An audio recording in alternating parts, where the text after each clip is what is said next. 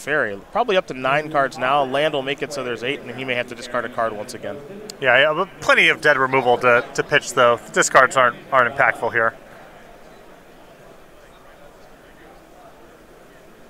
This will be a Nexus of Fate on the end step, looking to get some action generated here. Now, this is a pretty good syncopate target if you can get it, because it would exile it instead of just placing it into the graveyard, which means it would go back into the deck. Yeah, well, Cowden's got to decide how much he really cares about this. All this extra turn represents on the surface here is an extra spin of Escanta the Sunken Ruin. There's really nothing else going on.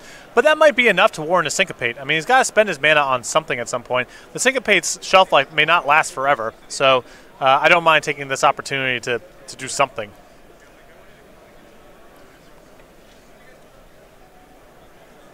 Yeah, and Cowden was also floating 2 there off the Teferi trigger, so the casting that absorb only cost 1. If you're discarding a hand size anyway, the extra activation of Escanta that Newman would get out of an extra turn is meaningful. So I don't mind picking a spot there, even though that's a more innocuous Nexus of Fate than most. Carter Newman, a name you may be familiar with, pardon me, for some of his accomplishments on the SCG Tour and Grand Prix circuit, but also a Gamers Helping Gamers recipient of a scholarship. Awesome. In 2018-2019, along with Clay Spickelmeyer. That'll be a Hallowed Fountain untapped for Carter.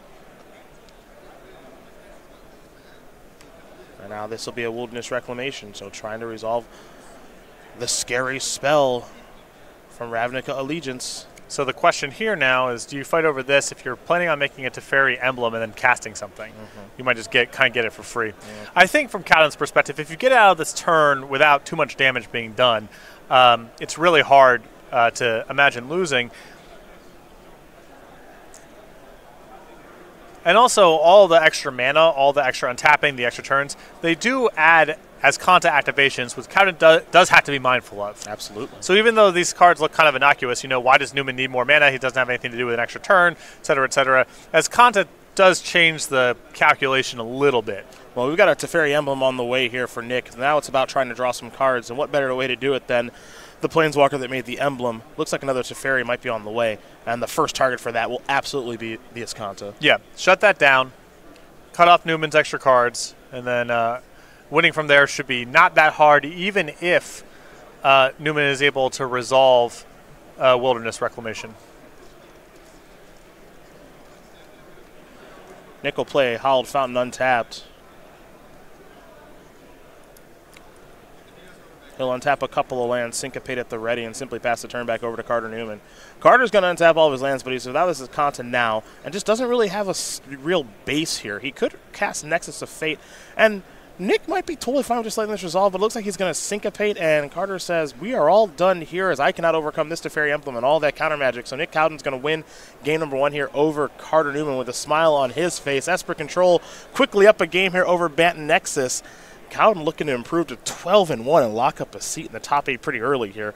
Go to the sideboards. Carter's got some things to work with, however, and 4 copies of Negate, 4 Knight of Autumn, 3 Hydroid Crassus, 2 Lyra Dawnbringer, and 2 Crushing Canopy. I think the Negates are pretty obvious there, partner. Well, the Negates, I like the Hydroid Crassus too, and it's possible that Newman will want to bring in the Knight of Autumns, one, to maybe try to change the game plan a little bit and apply some pressure, hoping that Cowden's cut a lot of his removal, and also to get himself some more answers to search for Escanta as well. Really meaningful card in the matchup. Other side of things here for Nick, he's got 3 copies of Thought Eraser, 3 Thief of Sanity, 3 Moment of Craving, 2 Lyra Dawnbringer, Akaya's Wrath, a Cry of the Carnarium, a Disdainful Stroke, and a Negate. I really like the Thought Erasers and the Thieves of Sanity. You know, Carter doesn't have a lot of creature removal to begin with. Thief of Sanity is a little volatile in the matchup. It's not like you're going to hit a steady stream of easy-to-use cards, but post-board there should be enough in the way of negates and card-drawing spells for Thief of Sanity to leverage a pretty big advantage. And I like Thought Erasure in the matchup, too. You know, Newman's got a lot of high-impact cards and a lot of air, so duresses are good. The extra negate, the extra disdainful stroke. There's a lot of creature removal that Cowden can cut out. I don't think he wants to get away from all of it because these Bant Nexus decks typically sideboard into some number of creatures, but you can shave out a fair bit and make room for this stuff and still not leave yourself completely exposed to opposing creatures. Well, that gives you an idea of what both players are working with here in the sideboard. So a pretty easy win there for Nick Cowden. We'll see if Carter can make things a little bit more difficult for our Esper Control player, who's almost locked up a top 8 berth here in Indianapolis. Speaking of that schedule here on the SCG Tour, we'll take a look at where we've been and where we're going. Columbus is where we kick things off with our record-breaking Team Modern Open.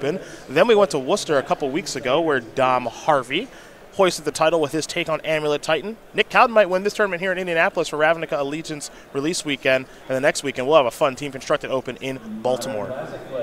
Well, after Baltimore, Dallas, that brings us to March. Syracuse is the Legacy Open. The regional championships, you can head over to go.starcitygames.com/regionals for more information. We've posted all of the sites for that tournament, so check it out. Find the regional championship closest to you. After that, Modern in Philadelphia.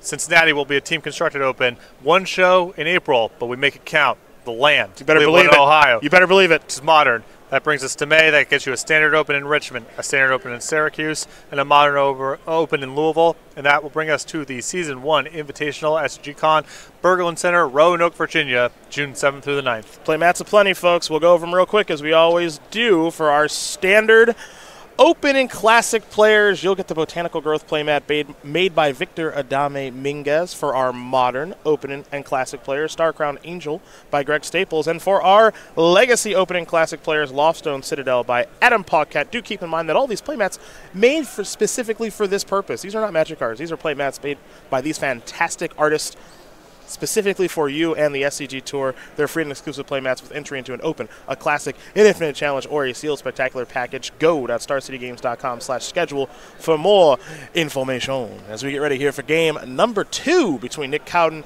and Carter Newman, Esper Control, Bant Nexus. Bant Nexus, of course, a popular deck here this weekend. 5 copies in day number 2 of competition. Esper Control, also 5 copies in day number 2 of competition. And if Nick is able to win this game, that'll bring his record up to 12-1 and pretty much solidifying himself into the top 8. Yeah, should be essentially a lock at that point, especially with us having a lighter day too in terms of number of players. Usually makes it a bit more forgiving on the record.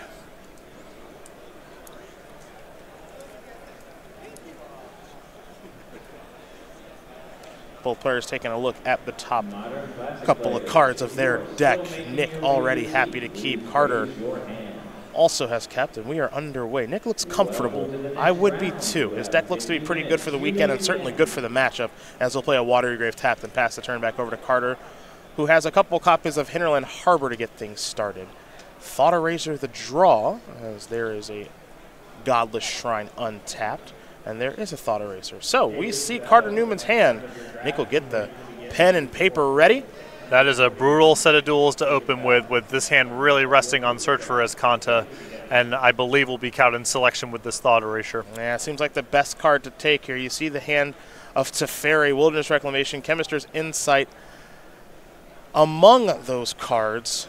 But as you mentioned, Patrick, that Search for Escanta's got to go away, and it does. Nexus of Fate is the draw, and this one might be over before it even begins. The Search for Escanta was the draw here for Nick.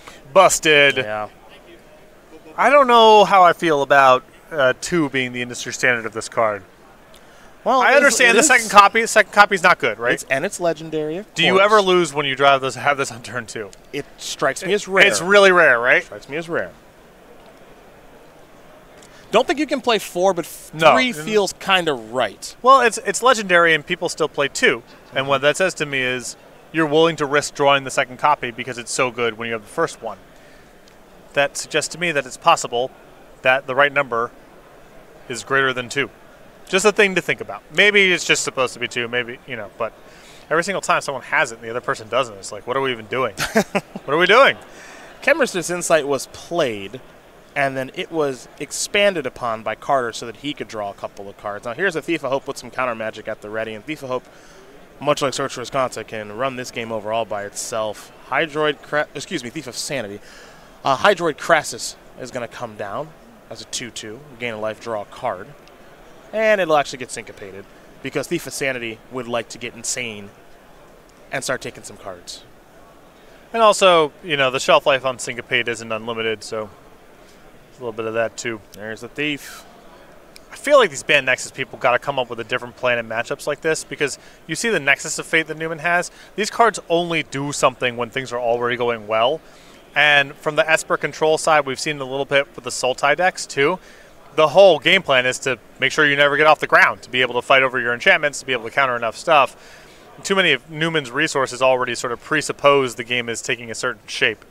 Well, look, I'm just going to say it. I think their sideboards are horrible. These are horrible sideboards. Yeah, it has nothing to do with the player. Horrible sideboards. It's nothing to do with any of the players. It's just the way that this deck is constructed. These sideboards are horrible because they don't solve the problems that people are bringing to the table in games 2 and games 3. Right. They just don't. And we've seen it so many times here this weekend where, what does this deck do about Thief of Sanity? Seriously, what is Carter supposed to do? Right. Yep. At least Todd Anderson is playing with, like, Shocks and, like... And Murmuring Mystic and Nif Mizzet and Crushing Canopy, like things that solve problems after sideboard. Like Hydroid Crassus, even if resolved, who cares? Right. Okay. Right. It doesn't really represent a fundamentally different game plan. Here's a Thought Eraser. You're going to see various Nexuses and Negates and card drawing spells, and Thief of Sanity doesn't care about any of those things. This is going to be the biggest adaptation for this deck, is how do they change after sideboard? Yep. Nexus of Fate is obviously integral to taking all of the turns of the game, but that, I don't want to say it's win more because it's an important piece to winning the game, but there are too many situations where it is just horrible. Yeah. Even though it is powerful. Yeah, you could talk me into, I feel like the sideboard plan maybe is supposed to be more about, I don't know how much more of this you can really do, but search for his Kanta. If you put that on the battlefield, then you have a lot of time, and your negates and so forth get a lot better. It's kind of one like, so I don't know if there's a good Planeswalker to play. Right, yeah. Something, you know? But something. The thing is, I think it needs to be cheap. There's so much good counter spells and good disruption that I don't think a 4 or 5 mana spell, sometimes it'll work, but I think it's hard to do it that way. Yeah, like I don't know if Dovin is powerful enough to bring in from the sideboard, especially because you're not able to really cast it ahead of schedule. Maybe you're supposed to sideboard into Carnage Tyrants. I'm not sure, but this configuration at this stage just isn't working. As you see, Nick is just dominating this game after sideboard. Right. It's not even particularly close. Not competitive. Although some of that had to do with Newman's opening of 2-tap duels and then missed their 3rd land drop. If Newman can play his Search for his Kanta on the 2nd turn, maybe this looks a little bit different. Maybe it looks a little bit different, but I still think that the Thief is a problem. Oh, no question. It also suggests to me that you may want to have You lose your train of thought? This is not good for Newman. Okay. Well, turn on the clown music, because we're done here. Nick Cowden going to win this game and match over Carter Newman. Oh, man. 100 games to 0 as far as I'm concerned. He's 12-1. I think he's a lock for top 8. And that was the old beatdown. I mean, Thief of Sanity might be good in the mirror. That might be a thing to think about. Yeah. I don't know.